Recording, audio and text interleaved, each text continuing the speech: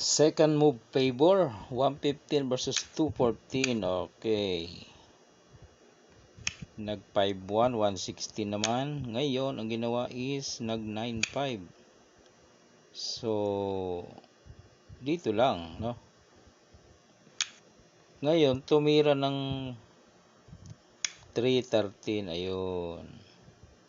Pag ganyan, mga bossing, ay pasok na. Pasok na sa lanse, mga boss. Ayan, no? Susulungan mo dyan. Pasok na siya dyan. Kain tatlo yan eh, hindi man pwedeng isa.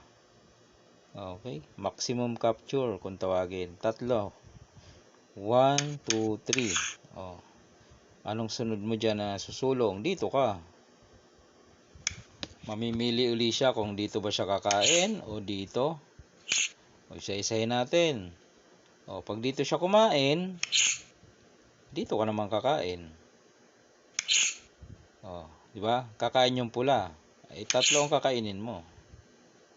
May bahaw pa. Okay? O, pagpalagay na sinalo niya. Bilangin ang pyesa. 1, 2, 3, 4, 5, 6. Kanya naman 2, 4, 6, 7. Lamang lang siya ng isa. Ay may dama ko.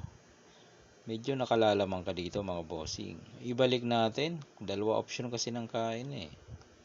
Okay. So nagpakain ng tatlo. Tapos sumabay ka dito. Eh paano kung dito naman siya kakain? Anong gagawin mo? Di ito ikain mo. Kasi kakain pa siya. Ayun. Dama ka ulit. So ang pyesa mo is 2, 4, 6, 7. Kanya naman 2, 4, 6, 8. So lagi siyang lamang ng isa. Pero may dama ka, no? Halimbawa dito siya. Kasi baka magpapakain siya dyan, no? Eh itakas mo na. Pwede mo naman itakas. Diba? Pinabalik. Tapos kinaptured.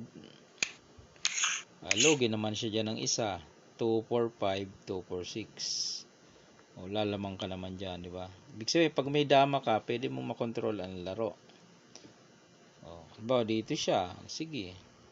Sino ba? Dito siya. Dito ka naman. O, diba, dito siya. Kasi magpapadalwa siya eh. O, ay, ang gagawin mo sa dama mo, alisin mo na. O, pakain. 5 versus 6. Kaya pa rin yan. Control pa rin yan. Okay, o, dito siya. Diyan ka lang. Mabilis na yan mga boss. Kaya na. Okay. Na-share ko lang yung ganong opening. May pumapasok sa ganon eh. Hindi alam eh. Lansi pala yun.